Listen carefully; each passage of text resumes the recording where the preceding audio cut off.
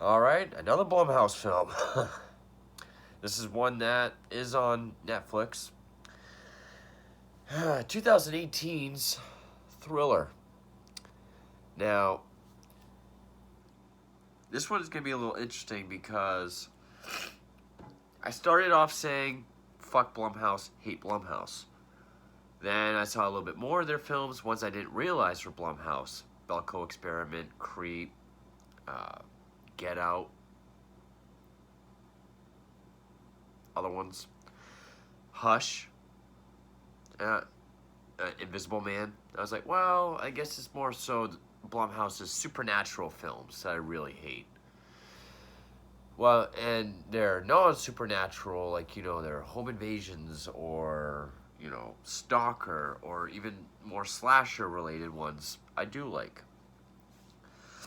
Well, this might be a first because this is a slasher film, and I'm not a fan of it.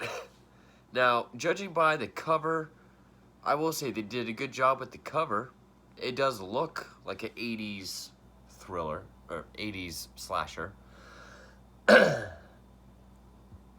But it's not like Terrifier or, from what I've seen, of Headless or Stitches or Hatchet or Hills Run Red, Behind the Mask. It's not a Renaissance slasher.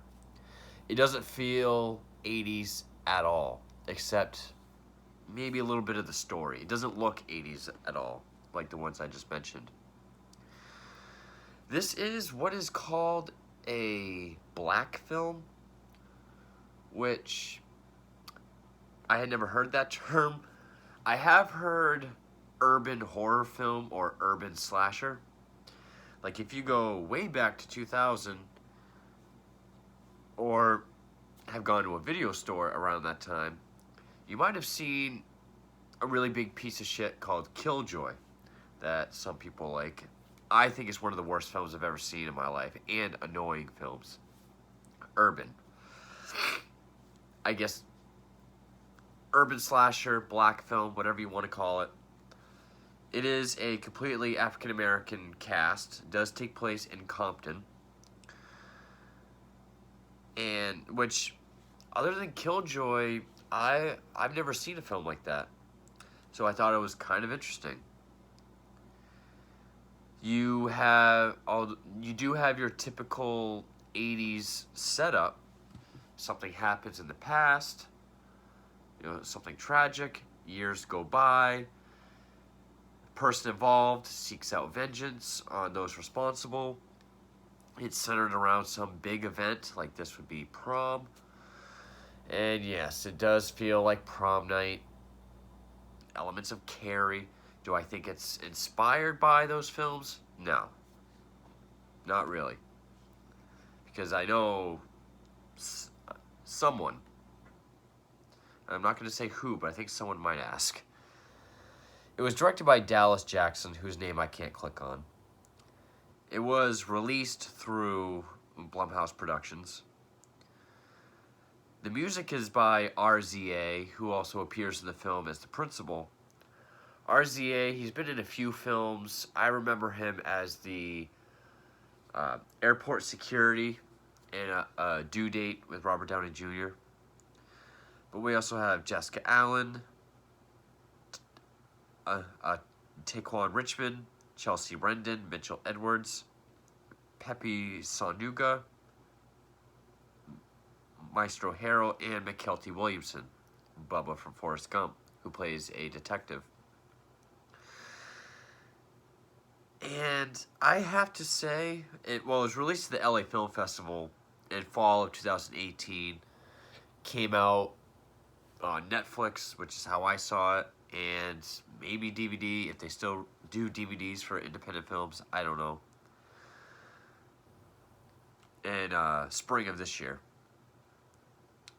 Released by Netflix. So, this is another one, I think, like Mercy Black, where Blumhouse and Netflix pushed this out. And even the font of this, and even the cover itself, kind of looks like the new Scream Factory release of Intruder. So yeah, the setup is like prom night. It takes place at prom. You have characters that do things reminiscent of Carrie. No, there's no pig blood. I thought it was interesting to see a black film, or I always like the term urban slasher. I always like saying that.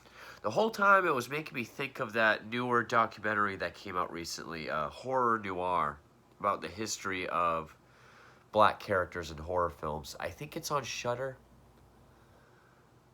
Maybe some other horror streaming service, which I don't have. I don't have anything like that, so I can't watch it. It's not on YouTube. I'm not very savvy on finding things online. I don't even know if it's out on DVD. I would like to see it, though. That's basically what this was making me think of. So, without going too much into the characters, the setup is you have this group of kids. They want to pull a prank on this one kid, Chauncey, who's a bit big for his age. He is challenged. You know, the kids talk amongst themselves about how he's a retard, and they want to prank him. So you get this one girl that he kind of has a crush on, and again, they look like kids, but the events take place 4 years later and they're seniors. They do not look like 8th graders in this. They look like kids. She asks him for help finding her cat, says it ran into this abandoned house. So they go in, all the kids come out with skull masks. He gets scared, runs upstairs. This one girl like jumps out at him or whatever, and as a reflex he pushes her. She goes over the railing, falls to her death. Let's see if we can fix that. Of the kids there, her sister is there, and that's when they all decide that Chauncey did it. And so Chauncey gets arrested, gets sent away. They all decide we're not going to say anything. So the setup is like prom night. You have this sort of prank in this abandoned house. Someone falls to their death. Only it's not ruled as an accident. And here someone else got the blame for it. And it was someone's sister. So there's your prom night. 4 years later, they're all seniors getting ready for prom. One kid, he was like the sweet, quiet one. He wants to be like an MC. This other kid who acts all tough and acts like a gangster, even though he's obnoxious and kind of a wimp. This one girl who I've seen before, she's like the skank of the crew. She's obsessed with this one like hip-hop singer. Love triangle between this girl who stole this guy from this girl, and that guy is trying to go for a scholarship for football. And then you have this other couple, like this sort of glasses wearing guy and his bitchy girlfriend who likes this other, the one with like the, I guess, the cornrows that come out like they're like this long. Anyway, so on the way to school, the quiet one that wants to be like an MC sees Chauncey. He's out of jail. He's talked to by these street guys, I think sell weed. He doesn't speak. We always see him back to, always dressed in black, just kind of. They give him shit. They call him a retard. They let him go. At school, he tells everyone that he's out. This movie is kind of slow. I mean, and all the shit in between the kills is boring. It's not. It doesn't grab me in any way. It's a lot of drama. Most of the characters are pretty obnoxious. The guy that thinks he's tough. The girl that he starts talking to who had her football boyfriend taken away from her. the slut that likes the um, singer. They are just obnoxious characters, and they're the ones that sin it the most. He tells them that he's out. Some of them care. The girl on the cover, who I guess is our lead, she's the one that took the, which one's the football guy? I think it's that took the football guy away from the other girl. And it's basically your slasher film. Whether they're walking around the streets of Compton or they're at home or doing whatever, Chauncey will pop up and kill them. And the kill scenes are usually pretty quick and few and far between. Although, we get the idea, like, this dude learned how to fight. He kills the thugs outside that were giving him shit. Like, he kind of beats them to death. And then he comes up behind the other one with a knife and, like, just slits him across. It's bloody. I mean, it's not gory, but it's got some blood in it. I just watched this a couple hours ago. It's very forgettable for a slasher film. It's all leading up towards prom night. I mean, he does sneak up to the football one in the locker room. It's halftime. He's alone in the locker room. He chases him. And by the time he gets outside, he rolls his ankle. So he almost fucked up his chance for the scholarship. The slutty girl, she gets to meet the singer. She gets him to go to prom with her. And I mean, she is the most obnoxious. The one guy with like the cornrow things, he has a house party. He swears he saw Chauncey. And the main girl goes to Bubba from Forrest Gump to say, hey, that guy that turned up dead was supposedly talking to Chauncey. Think you should go talk to him. And we do get to see Chauncey. He goes to Chauncey's house. His mother's an alcoholic. And we haven't seen his face. We've seen him back to with his hood up this whole movie. So, camera's on his mother, the mother, then Bubba, then mother, then Bubba. And then when he goes back to his mother, he's like standing there. Imagine an 18-year-old Ken Foray. Like, take Ken Foray from Dawn of the Dead. De-age him to about 18, shave his head, but have him have that wide-eyed look and just all like built and pissed off, tattoos all over him. Yells, "Leave me alone." I mean, he looks like a killer. He looks like a troubled kid that's been in juvie. It's all leading up to prom night. And I mean, the obnoxious guy and the girl that got her boyfriend taken away, they want to sabotage prom for the lead girl. Like Carrie. Like they spray paint the ex-boyfriend's car, slash his tires. They get inside the prom, and she's got a squirt gun with, red Kool-Aid because her dress is white, so it'll stain. He goes in the bathroom, punches the ex-boyfriend, and she even takes it upon herself to go up on stage, sort of as like a, yeah, don't fuck with me, kind of, like, whatever.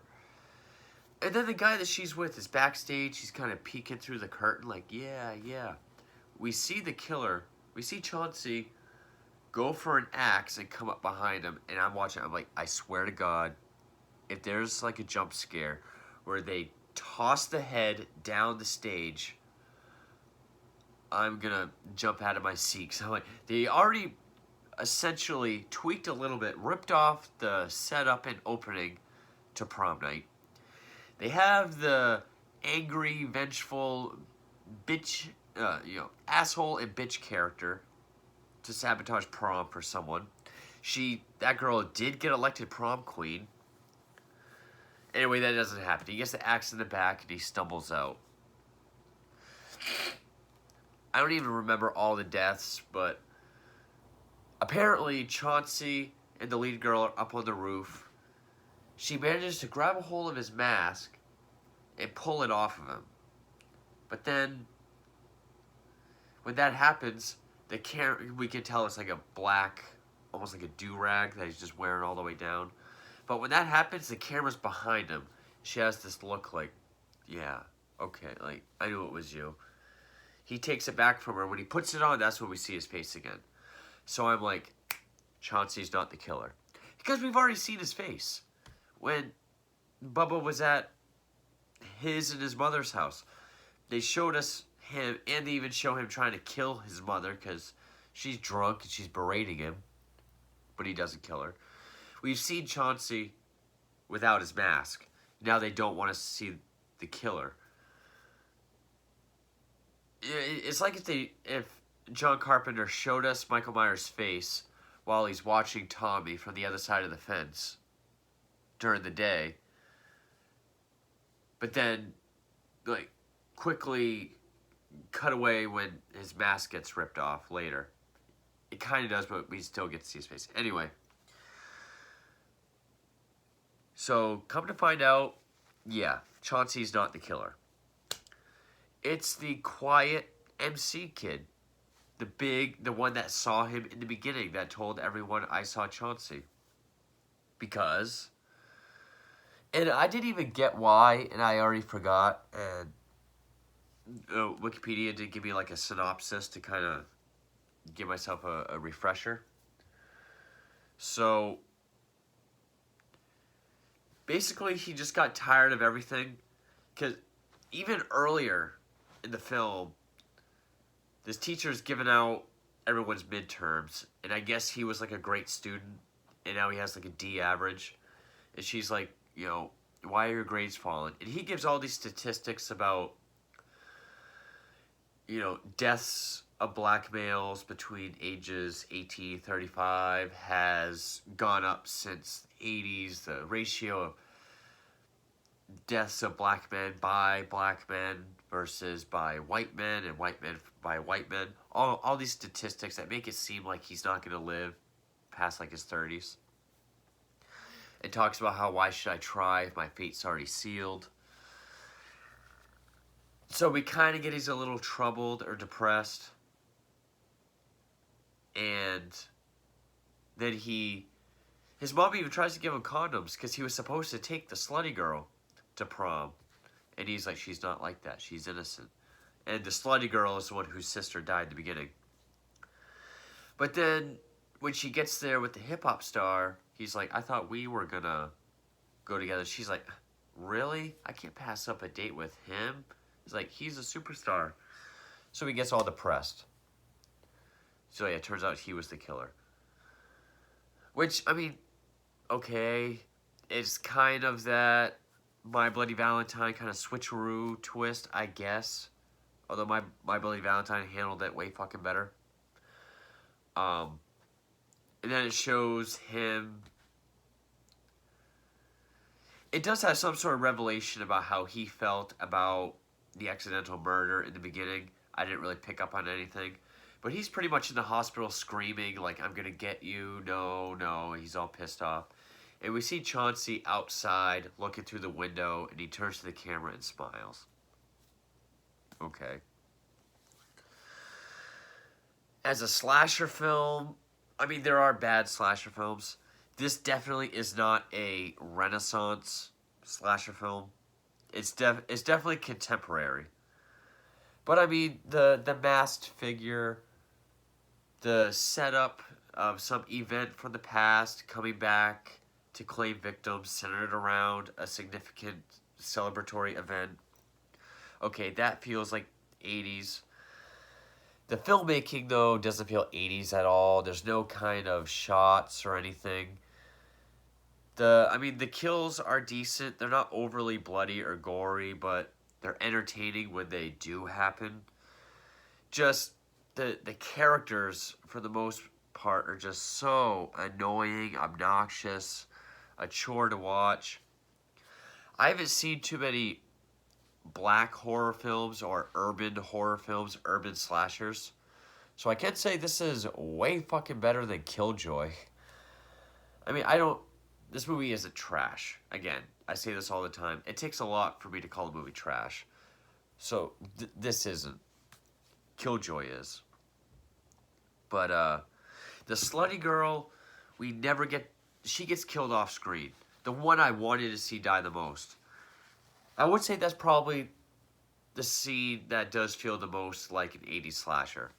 Because her and the hip hop singer are out in his SUV. They fuck. They're in the back seat.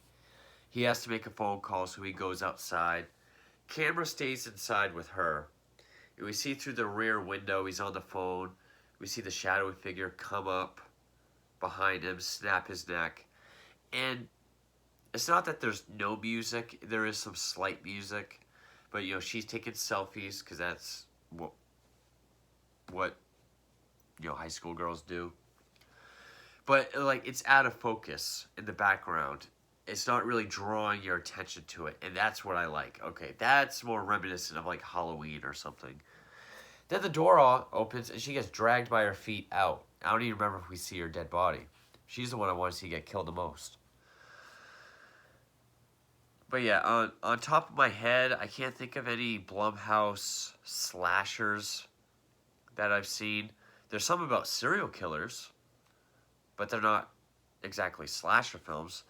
So on top of my head, this is the only slasher by Blumhouse that I've seen. It's the only urban slasher I've seen since Killjoy, and yeah, that movie's fucking terrible. The score, I will say the score is pretty decent. There's some parts where it's kind of minimalist, like a Carpenter score. The score towards the end, like when the one kid comes out with the axe in his back and the whole prom goes nuts. I liked that. I liked that part of the score. The soundtrack is all hip-hop. I'm not a hip-hop guy. I'm not a rap guy. Even the hip-hop singer, they get him to sing a song, and it's just like, oh, I didn't realize microphones came with auto-tune. That's interesting. I would say the most 80s slasher thing about this, what I guess could be the look of the killer and the poster. That's about it. But yeah, it's official. Blumhouse even took one of my favorite genres, the slasher film, and managed to Blumhouse it up. Just poor writing. The dialogue isn't that great. The acting is very hit and miss. I mean, the detective, the principal, the teacher, the sort of lead couple, the prom queen and king, and the killer, or Chauncey, when we actually see Chauncey, like, okay, he's very intimidating. Young Ken Foray, I'm telling you. But other than that, it was kind of a chore to sit through. The kills are very far in between. I mean, as a slasher fan, yeah, go for it. I mean, there's worse 80s slasher films, but yeah, I wasn't the biggest fan of this. So that is Blumhouse's Thriller. Blumhouse's slasher film, Thriller. I'm not even going to fix that. Thank you for watching.